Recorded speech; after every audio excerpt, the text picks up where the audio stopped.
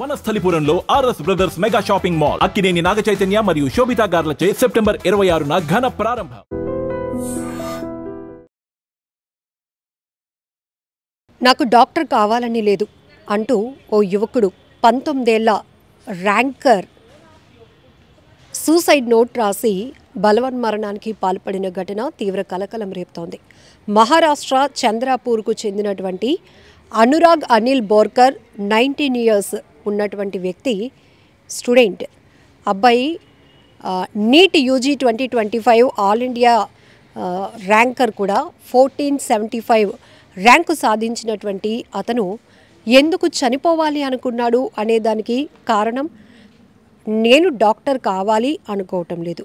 మరి ఇంత ర్యాంక్ వచ్చింది ఎలా, ఎందుకు చనిపోవాలనుకున్నాడు? ర్యాంకులు రాక చనిపోతున్న వాళ్ళని చూసాం, కానీ తనకి ర్యాంకు సాధించినంత కెపాసిటీ ఉండి కూడా ఇష్టం లేనటువంటి పని చేయడానికి ఆయనకి కష్టంగా అనిపించి బలవన్మరణానికి పాల్పడినటువంటి ఇక్కడ చాలా కీ పాయింట్ ఇది.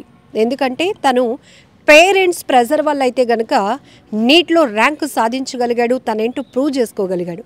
కానీ తనకు మాత్రం ఇంకేదో ఇంట్రెస్ట్ ఉండుంటుంది, తను ఇంకేదో ప్రూవ్ చేసుకోవాలనుకున్నాడు ఏమో. కానీ ఇప్పుడు ర్యాంక్ రావడం వల్ల అబ్బాయి యూపీలో ఉన్నటువంటి గోరఖ్పూర్లో మెడికల్ కాలేజ్లో జాయిన్ అవ్వాల్సినటువంటి రోజే ఇలా సూసైడ్ నోట్ రాసి బలవంతంగా తన ప్రాణాలు తీసుకున్నాడు. ఎంత దారుణాతి దారుణం!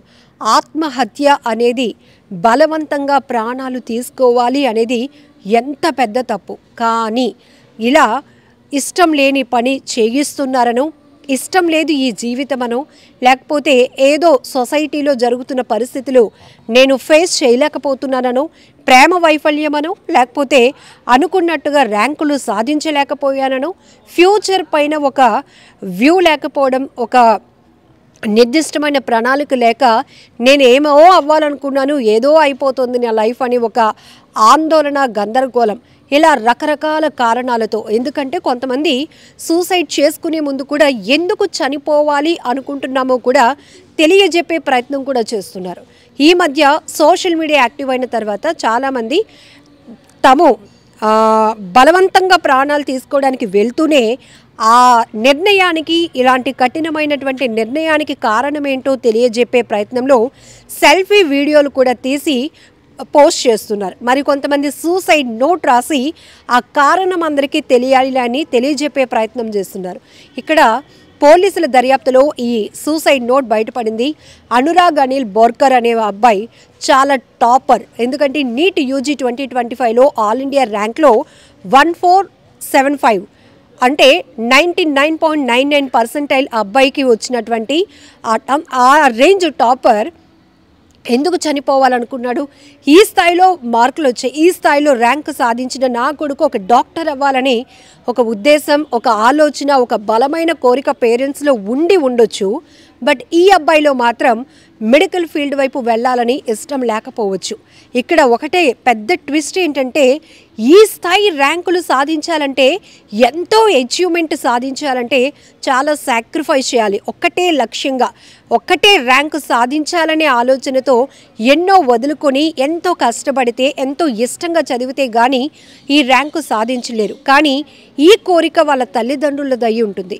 అందుకనేమో ఆ అబ్బాయి అంత పట్టుదలగా చదివి తను ఒక ర్యాంకర్గా ప్రూవ్ చేసుకున్నాడు. కానీ ఆ తర్వాత ఏటువైపు నాకు ఇష్టం వచ్చింది నేను చేసుకోవడానికి నా తల్లిదండ్రులు నాకు ఫ్రీడమ్ ఇస్తారా, లేకపోతే ఇకపై కూడా వాళ్ళు చెప్పాలి, వాళ్ళు చెయ్యాలి అనుకున్నదే నేను చేయాల్సి వస్తుందా, అది బలవంతంగా జరగాల్సి వస్తుందా, బలవంతంగా నేను చేయాలా అనే ఆలోచన ఈ అబ్బాయిలో కలిగిందో తెలియదు. కానీ ఒక టాప్ ర్యాంకర్ సూసైడ్ నోట్లో డాక్టర్ అవ్వాలని నాకు లేదు, అందుకే చనిపోతున్నా, ఈరోజు నేను మెడికల్ కాలేజీలో జాయిన్ అవ్వాలి, కానీ అక్కడికి వెళ్ళటానికి ఇష్టం లేకనే నేను బలవంతంగా ప్రాణాలు తీసుకుంటున్నాను అంటూ ఆ సూసైడ్ నోట్లో రాయటం అనేది, ఆ లెటర్స్ చదువుతుంటేనే చాలామందికి కన్నీళ్ళు వస్తున్నాయి. ఎందుకంటే అనేక కారణాలతో మనం చూస్తున్నాం, సొసైటీలో ప్రతిరోజు ఎవరో ఒకరు సూసైడ్ చేసుకుంటూనే ఉన్నారు, బలవంతంగా ఆత్మహత్యలకు పాల్పడుతున్నారు.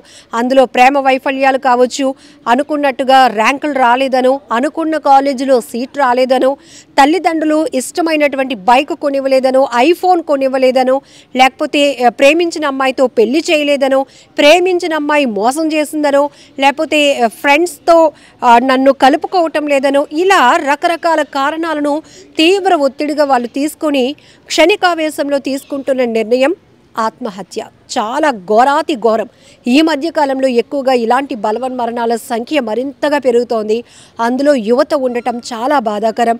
ఇప్పటి వరకు మనం అప్పులు పాలైనటువంటి రైతన్నలు ఆత్మహత్యలు చేసుకుంటేనే కంటతడి పెట్టుకునే వాళ్ళం. ఎందుకంటే దేశానికి వెన్నెముక లాంటి వాళ్ళే రైతన్నలే అలా కుదేలైపోతే మనకి భద్రత ఏది, మన కడుపు నింపేది ఎవరు అని ఒక ఆవేదన.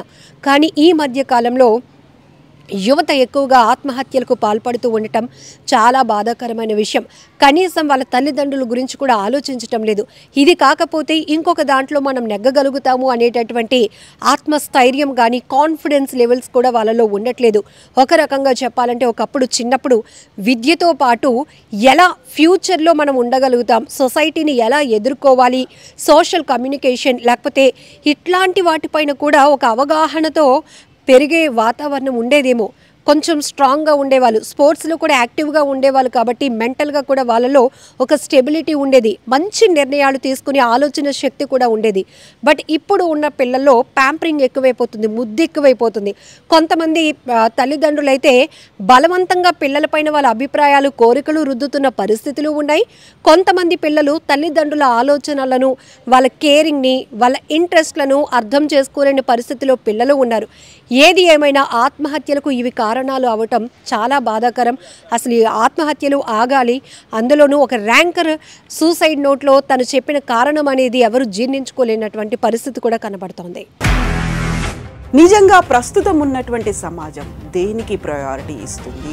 ఆర్థిక సంబంధాల చుట్టూ మాత్రమే తిరుగుతోంది. మళ్ళీ ఎన్నికలంగానే చాలా విరక్తి కలుగుతున్నాం. మంచి అనిపిస్తుంది కదా, లేడీస్ కూడా ఛాలెంజింగ్ జాబ్స్ చేసినప్పుడు చాలా బాగుంటది. ట్రాఫిక్ అసిస్టెంట్స్ గా నియమించిన ట్రాన్స్జెండర్స్ అందరితో సాల్యూట్ చేయించుకుంటున్నారు. ఫుడ్ డెలివరీ ఇవ్వటానికి వెళ్ళినటువంటి డెలివరీ బాయ్ అనిల్ పై కళ్ళ ముందు